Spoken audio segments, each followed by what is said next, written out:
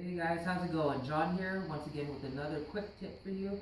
Today's quick tip is not actually going to be a 1-minute tip because I'll be focusing on 2 different pieces. This is still going to be in your elements, your basic foundation, right? The acrobatic attributes.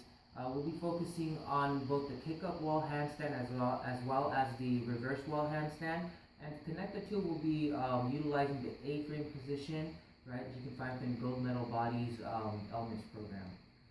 Now, this position, right, it's all about driving that hip and keeping that strong stabilization in your shoulders, core, right? But for today, we'll be focusing on that hip drive because that hip drive is going to help you, one, gain some range of motion, right? As well as a nice, open up a nice angle to where you can find the wall if you're doing the reverse wall handstand, and also give you some nice stabilization control if you're going into the kick-up wall handstand. Now, we're going to start off with the kick-up wall handstand because it's going to be a little bit more difficult. What I want you to do is, when you're finding yourself towards the wall, facing towards the wall, right?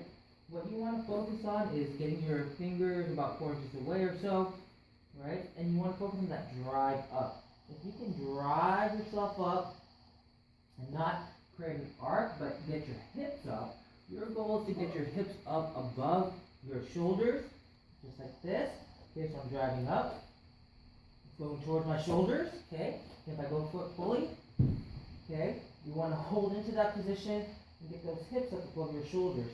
Now, a lot of times when people are doing that, right, they're going to try to go ahead and drive up with a nice arc. One, because there's a little bit of fear, right, getting that position. And 2, because they're not used to the position, right? You'll see something more like this, right? Where they're going to kick up hard, or they're just going to swing their body and just drive into it. Now you notice how it's a little bit harder than the last one. You want to focus really on getting those hips above your shoulders. Okay? Now the next one is going to be the reverse wall handstand, where you're actually walking up the wall, facing away from the wall.